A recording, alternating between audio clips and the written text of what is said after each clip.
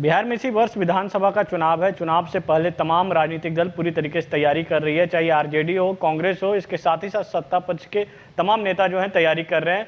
बता दें कि 8 अगस्त को जो है गृह मंत्री अमित शाह जो है बिहार के दौरे पर आने वाले हैं, सीतामढ़ी आने वाले हैं। मेरे साथ बातचीत करने के लिए कांग्रेस के वरिष्ठ नेता और छात्र संघ के पूर्व अध्यक्ष केसर कुमार सिंह जी हैं, उनसे बात करेंगे।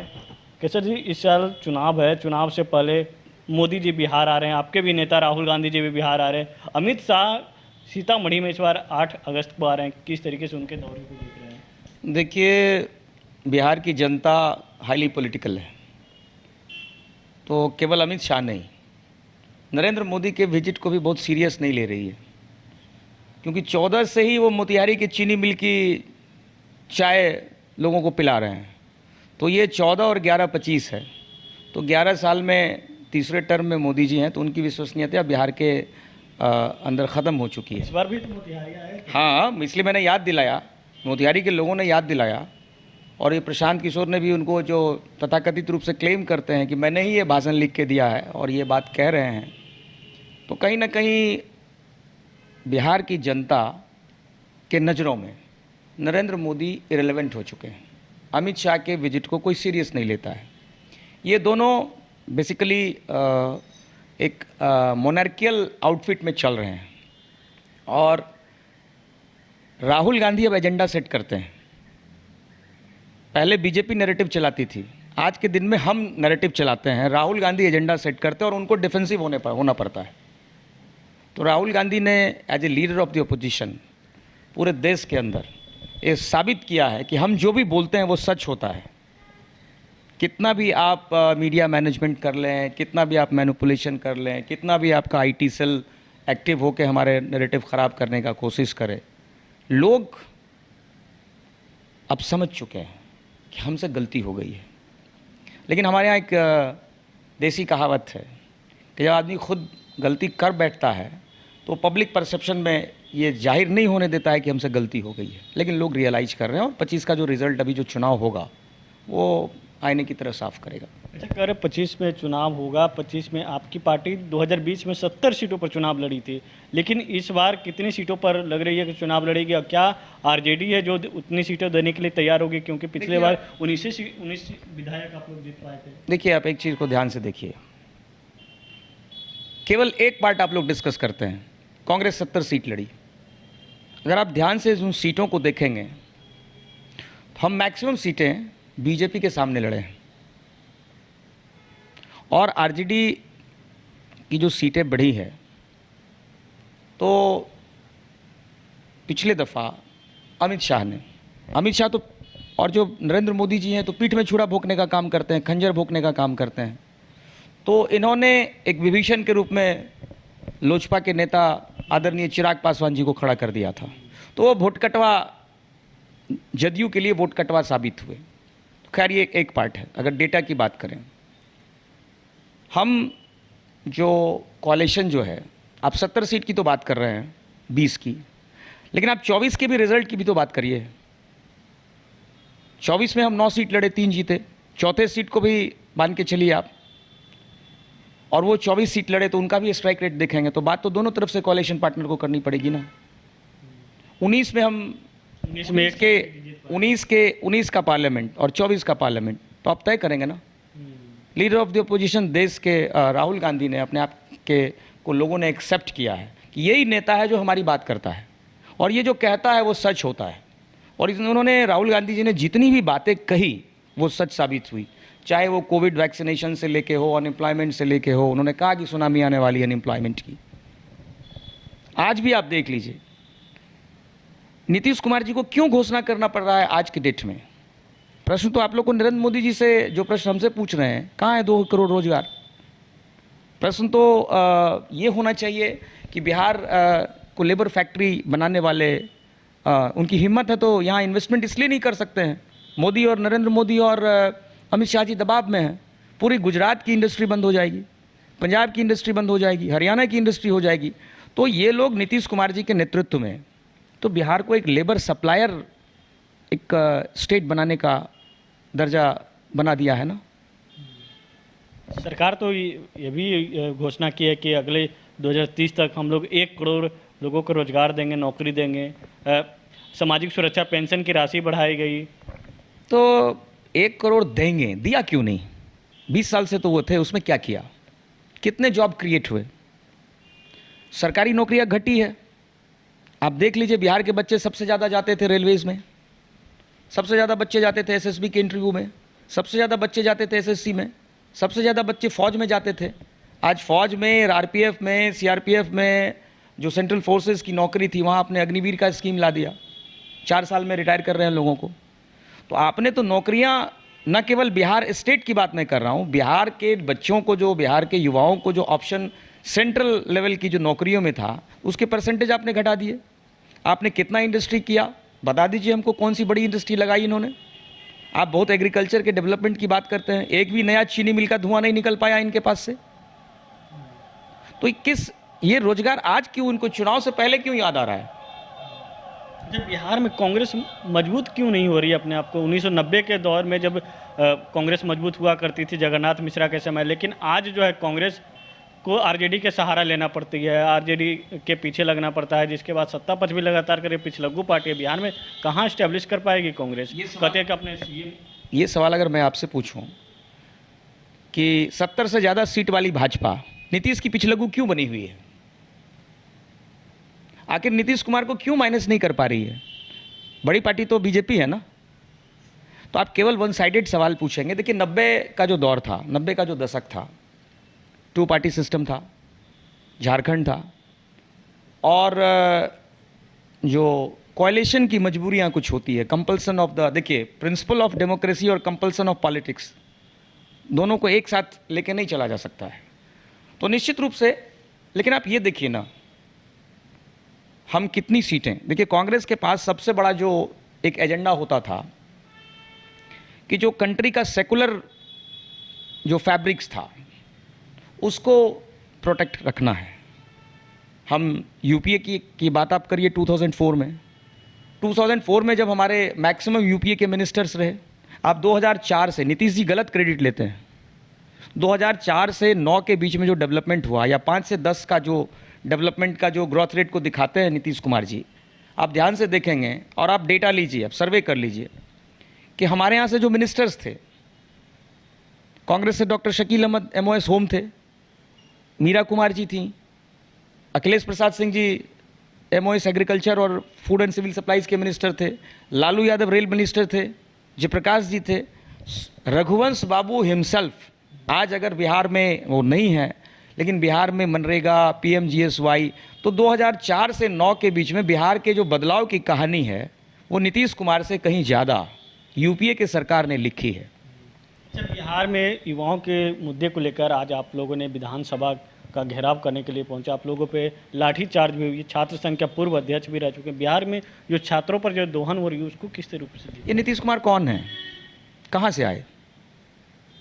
मोदी जी, सुशील मोदी जी नहीं हैं, लेकिन नंद किशोर जी और तमाम जो लोग हैं कहाँ से आए? सब 74 आंदोलन के प्रोजेक्ट हैं।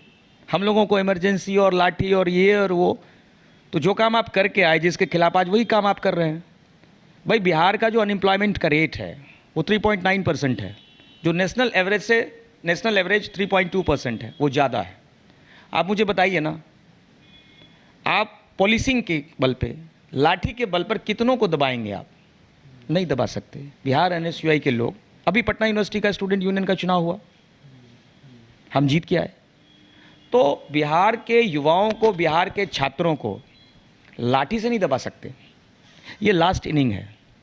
हाँ, अब वो मैनिपुलेशन कर दें, अब इनको लग रहा है कि हम चुनाव हार जाएंगे, तो हमारे यहाँ एक कहावत है, भोज के टाइम में कुम्हरा रोपते हैं ये लोग, तो ये SIR करा रहे हैं। कल देख लीजिए सुप्रीम कोर्ट में क्या सर गए, एफिडेविट दिया है इलेक्शन कमीशन ने। तो जो डेमोक्रेसी में, जो जवाहरलाल नेहरू, राजेंद्र प्रसाद और जो इंडियन कॉन्स्टिट्यूशन ने जो एक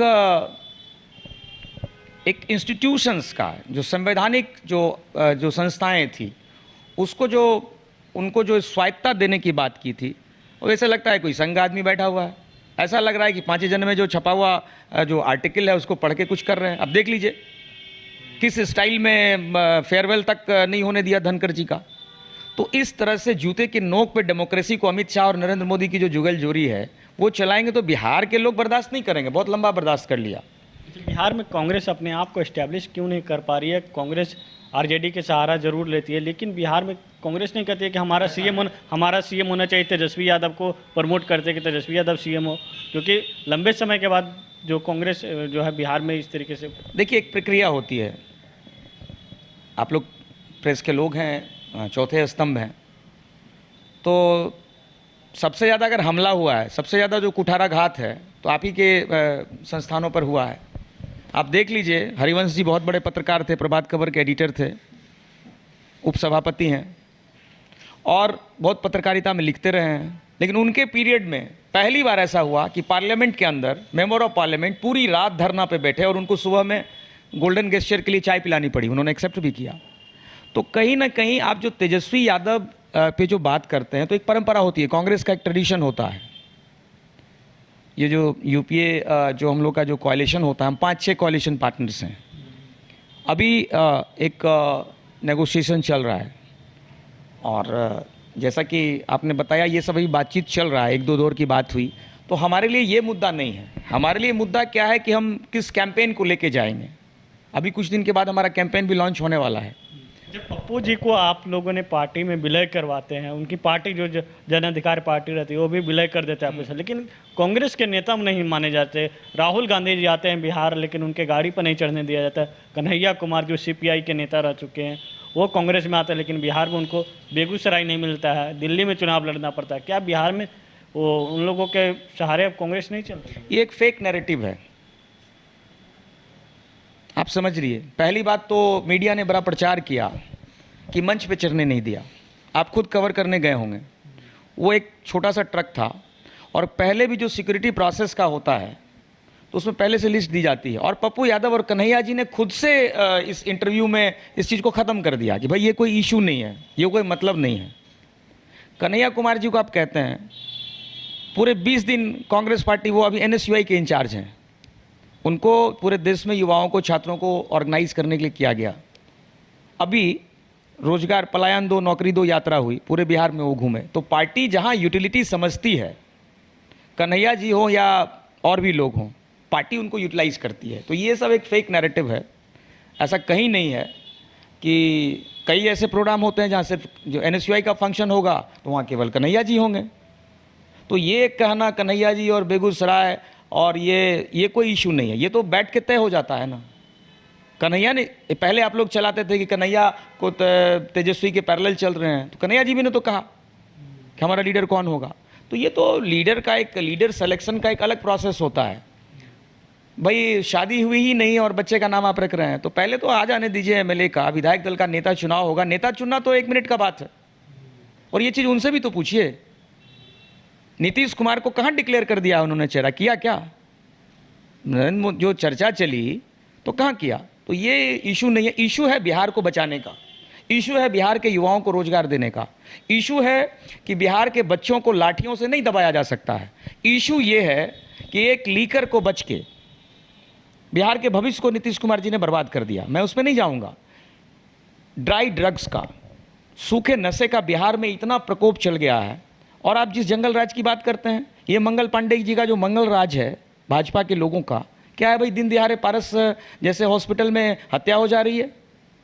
आप बेहतर बताएंगे एक हफ्ते में कितनी हत्याएं हुई। तो इशू इस बात का है कि क्या बिहार, पप्पू जी को लेकर कोई इशू नहीं है? पप्पू जी का कोई इशू नहीं है। क्या इशू है? क्या उन्होंने अपनी पार्टी विलय कर दिया कांग्रेस में, कहा कि हम कांग्रेस से एक तरफा उनका प्यार है, लेकिन कांग्रेस से प्यार नहीं दिखा रही है। क्या प्यार चाहिए उनको? उनकी धर्मपत्नी जी राज्यसभा की मेंबर ऑफ पार्लियामेंट है, चुनाव पहले से है ना। तो फिर क्या होगा भाई? तो अभी क्या मिला है? अभी चुनाव तो आने दीजिए। अभी आप कैसे, ज्योतिष शास्त्र के तो है नहीं, कैसे आप एक्सपेक्ट कर लेंगे? आप उनको उंगली डाल के, जब उन्होंने लोकसभा चुनाव लड़े थे वहाँ से मधेपुरा से, तो उस समय तो तेजस्वी जी प्रचार करने के लिए जाते हैं तो कहते हैं कि किसी और को जिता दीजिएगा, लेकिन पप्पू जी को मत कहा है। ऐसा नहीं कहा है उन्होंने। फिर मैं बता रहा हूँ आपको, जीतना आप समझ लीजिए, बड़े बड़े नेताओं के टिकट कट गए। शकील अहमद हमारे फॉर्मिडेबल कैंडिडेट थे। अब कोalition में क्या होता है, सबको एडजस्ट करके चलना होता है। कोalition को चलाना भी बहुत इंपॉर्टेंट होता है। तो क्या है कि पप्पू जी कहाँ नाराजगी दिखाया क्या है उन्होंने? आप लोगों ने बहुत चलाया, चढ़ने नहीं दिया, चढ़ने दो, तो खुद मीडिया के सामने उन्होंने कहा कि ये सब कोई इशू ही नहीं है। कन्हैया जी ने खुद कहा कि ये इशू नहीं है। तो एक चीज़ को पकड़ के लेके चलना, अभी तो सीटों का बंटवारा नहीं हुआ है, मैं भी कोसी से आता हूँ, तो चीज़ें साफ है ना। और एकदम से एक इशू को पकड़ के कि दिन में झगड़ा करा देना है, कोई झगड़ा नहीं है। सारी ओपोजिशन की पार्टियां, सारे कोalition की पार्टियां, बार्गेन तो चलता है, हर आदमी चाहता है कि हमको अधिक से अधिक शेयर हो। एक आखिरी सवाल, सदन अभी चल रहा है, मानसून सत्र चल रहा है बिहार में भी और लोकसभा का भी चल रहा है, लेकिन आप लोग सदन को चलने क्यों नहीं दे रहे हैं? काले ड्रेस पहन कर जा रहे हैं। अच्छा ये बताइए, क्या ये सदन को चलाना चाहते हैं? ये सवाल हर वक्त, सवाल जो है, सवाल सरकार से पूछा जाता है, विपक्ष से नहीं। और आप लोगों ने नया ट्रेंड चलाया है कि हमसे सवाल पूछते हैं। आखिर हमको, हमारे लोगों को क्यों सदन को नहीं, सदन में आप डिस्कशन नहीं चाहते हैं? ऑपरेशन सिंदूर पे डिस्कशन पार्लियामेंट में शुरू किया तो घर का रास्ता दिखा दिया आपने जगदीप धनखड़ को। मीडिया में जो आई है आप ही लोग के हवाले से खबर है, सच्चाई तो अमित शाह और नरेंद्र मोदी, ऐसा फेयरवेल दिया कि उनको एक फेयरवेल स्पीच तक नहीं हुई। तो सदन जो है हमारा राइट है, सदन में प्रोटेस्ट हमारा राइट है, सदन में आप हमको नहीं रोक सकते हैं। अगर वो भगवा झंडा पहन के घूम सकते हैं तो काला जो कपड़ा है वो विरोध का प्रतीक है। हम कांग्रेस के लोग, ओपोजिशन के लोग, आरजेडी के लोग और जो हमारा इंडिया अलायंस है, इस इंडिया अलायंस के लोग डरने वाले नहीं हैं। ये थे कांग्रेस के नेता केसर कुमार सिंह जी, साफ तौर पे कहते आ रहे हैं कि बिहार में जो विकास हुई है वो नीतीश कुमार नहीं बल्कि यूपीए की गवर्नमेंट में बिहार में विकास की है। और जितने भी जो आज रोजगार की जो जिक्र कर रहे हो वो यूपीए के लोग जो हैं रोजगार दिए हैं। इसके साथ ही साथ उन्होंने लोकसभा में जो जिस तरीके से अभी मानसून सत्र चल रहा है, बिहार में विधानसभा का जो मानसून सत्र चल रहा है, उसको लेकर उन्होंने कहा कि जो सरकार के खिलाफ बोलता है उनको बाहर का रास्ता दिखा दिया जाता है, जैसा जगदीप धनखड़ के साथ हुआ है। सहयोगी सोनू के साथ विवेक रंजन, न्यूज़ को पटना।